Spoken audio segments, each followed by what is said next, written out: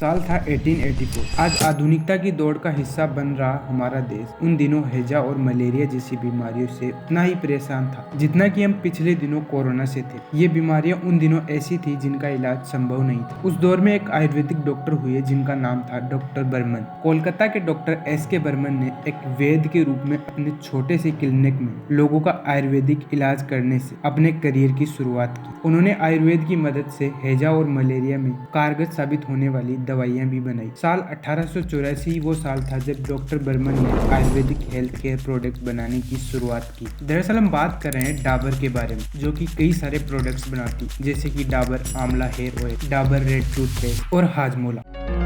Welcome to Dabur India Limited Stagepur Factory, including Ayurvedic medicines, health supplements, hair oils, shampoos, toothpaste, skincare, and home care products. Our flagship product Chyawanprash is a mixture of vegetarian.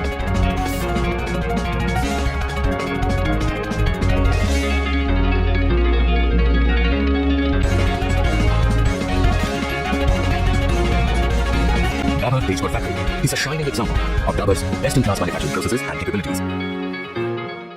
नमस्कार दोस्तों, डाबर की कहानी शुरू होती है 1884 में, जब doctor S K. Burman ने कोलकाता में इस कंपनी की स्थापना की। उनका मिशन था उन लोगों तक इफेक्टिव हेल्थ केयर पहुंचाना जिनके पास मॉडर्न मेडिकल फैसिलिटीज की सुविधा नहीं थी। डॉक्टर बर्मन ने शुरुआत की आयुर्वेदिक मेडिसिन के साथ, जो उस समय मलेरिया और हैजा जैसी बीमारियों के इलाज के लिए उपयोगी थी। डॉक्टर बर्मन को लोग डॉक्टर कहा करते थे। ऐसे में उन्होंने अपने ही नाम से शब्द लेकर अपने हेल्थ केयर प्रोडक्ट्स कंपनी का नाम रखा। उन्होंने डॉक्टर का डा और बर्मन का बर लेकर इस ब्रांड को नया नाम दिया, डाबर। डॉक्टर साहब कहाँ जानते थे कि उनके द्वारा रखा गया ये नाम एक दिन पूरे देश में ही नहीं बल्कि पूरी दुनिया में अपना नाम करेगा। हाथ से ही जड़ी बूटियों को कूट कर अपने उत्पाद बनाने वाले डॉक्टर बर्मन के प्रोडक्ट्स 1896 तक इतने लोकप्रिय हो गए कि उन्हें एक फैक्ट्री लगानी पड़ी। डॉक्टर बर्मन ने डाबर च्यवनप्राश बनाया, जो एक हर्बल टॉनिक था, और ये प्रोडक्ट जल्द ही लोगों के बीच एक ट्रस्टेड सॉल्यूशन बन गया। इस प्रोडक्ट ने डाबर को अपने सफर की शुरुआत दी और इसके बाद डाबर ने कभी पीछे मुड़कर नहीं देखा। ये एक नया दौर था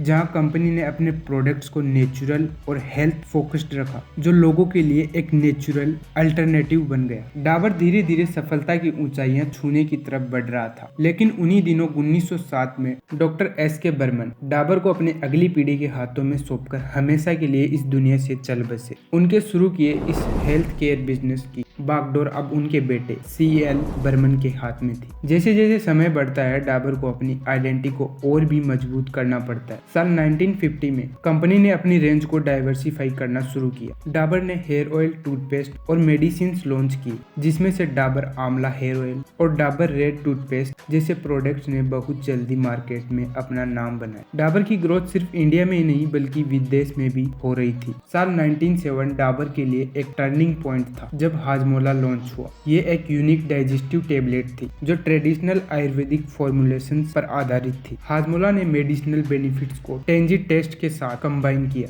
जो हेल्थ कॉन्शियस और फूड लवर्स दोनों को पसंद आया। अब सवाल आता है कि हाजमोला को लॉन्च करने का आइडिया कहां से आया। देखिए, उस समय डाइजेस्टिव इश्यू के लिए प्रोडक्ट की डिमांड बढ़ रही थी। डाबर ने मार्केट में एक कंजेस्टिव और इफेक्टिव डाइजेस्टिव एड की कमी को पहचाना और डाबर हाजमोला की शुरुआत की। 1980 में डाबर की मार्केटिंग टीम ने महसूस किया कि हाजमोला सिर्फ एक डाइजेस्टिव एड नहीं बल्कि एक फन और टेस्टी स्नैक बन सकता है। इस रिपोजिशनिंग ने हाजमोला को हर उम्र के लोगों के साथ कनेक्ट कर दिया। मार्केटिंग इनोवेशन देखिए, मेमोरेबल एडवर्टाइजिंग कैंपेन्स जैसे हाजमोला चटपटी मस्ती, स्कूल्स, फेयर्स और पब्लिक इवेंट्स में सैम्पलिंग कैंपेन्स, अलग अलग फ्लेवर्स जैसे इमली, पुदीना और अनारदाना। डाबर ने हाजमोला को छोटे गांवों और बड़े शहरों तक पहुंचाया और फार्मेसीज में आसानी से उपलब्ध हो। डाबर ने रिटेल स्ट्रेटेजी से यह सुनिश्चित किया कि हाजमोला लोकल ग्रोसरी स्टोर्स और फार्मेसीज में आसानी से उपलब्ध हो। आज हाजमोला डाइजेस्टिव सेगमेंट में लीडर है और हर रोज 2.4 करोड़ टेबलेट से अधिक बिक्री करता है। यह सिर्फ एक प्रोडक्ट नहीं बल्कि आनंद का कल्चर आइकन बन चुका है। कुछ चीजें जो हमें डाबर से सीखनी चाहिए, जिसके अंदर है कंज्यूमर नीड्स को समझना। डाबर ने मार्केट गैप्स को पहचाना और यूनिक सॉल्यूशन जैसे हाजमोला बनाया। इनोवेशन इन पोजिशनिंग, हाजमोला को मेडिकल प्रोडक्ट से फन स्नैक्स में ट्रांसफॉर्म करके बॉर्डर ऑडियंस तक पहुंच बनाई। और दूसरी चीज है स्ट्रॉन्ग डिस्ट्रीब्यूशन नेटवर्क। डाबर ने हाजमोला को हर कोने में पहुंचाया, ग्लोबल एक्सप्लेनेशन हो या डिजिटल प्लेटफॉर्म्स। डाबर ने हमेशा इवोल्व करके आगे रहने का प्रयास किया। दुनिया के डिजिटल होने के साथ डाबर को अपने मार्केटिंग और कम्युनिकेशन स्ट्रेटेजीज को नए तरीके से सोचना पड़ता है। डिजिटल और सोशल मीडिया का उदय हुआ और डाबर ने अपनी मार्केटिंग स्ट्रेटेजीज को मॉडर्न बनाया। कंपनी ने यंग ऑडियंस को टारगेट किया और अपने प्रोडक्ट को एक मॉडर्न हेल्थ लाइफस्टाइल के रूप में डाबर ने अपनी ब्रांडिंग में एक मेजर शिफ्ट किया और नेचुरल वेलनेस को अपनी कोर आइडेंटिटी बना लिया। कंपनी ने अपनी पैकेजिंग को इको फ्रेंडली बनाया, सस्टेनेबिलिटी को अपनी बिजनेस प्रैक्टिस में इंटीग्रेट किया और नई एज कंज्यूमर्स की नीड्स को समझा। डाबर ने अपनी परंपरा को मॉडर्न टाइम के साथ अलाइन किया। आज डाबर एक ग्लोबल वेलनेस लीडर है जो अपने नेचुरल प्रोडक्ट्स के लिए जाना जाता है। डाबर ने अपनी पूरी विरासत को नए जमाने के साथ इंटीग्रेट किया। छोटी सी दुकान से लेकर डाबर आज दुनिया भर में अपने हेल्थ और वेलनेस सॉल्यूशंस के लिए प्रसिद्ध है। कंपनी ने अपनी विरासत को सुरक्षित किया, इनोवेशन और सस्टेनेबिलिटी को अपने ऑपरेशंस में इंटीग्रेट करते हुए अपनी ग्रोथ का सफर आगे बढ़ाया है। डाबर की कहानी एक इंस्पिरेशन है कि कैसे एक छोटी सी सोच और विजन से एक ग्लोबल ब्रांड बनाया जा सकता है। डाबर का सफर एक परफेक्ट एग्जांपल है कि किस तरह एक कंपनी अपने कोर वैल्यूज को ध्यान में रखते हुए नए चैलेंजेस और अपॉर्चुनिटीज को अपनाते हुए दुनिया भर में अपनी पहचान बना सकती है। तो उम्मीद करते हैं दोस्तों आज का वीडियो आपको पसंद आया होगा। ऐसे ही मोर इंटरेस्टिंग वीडियोज के लिए नीचे आप सब्सक्राइब कर सकते हैं। तो मिलते हैं दोस्तों ऐसे किसी और इंटरेस्टिंग वीडियो के साथ में। तब तक के लिए जय हिंद, जय भारत।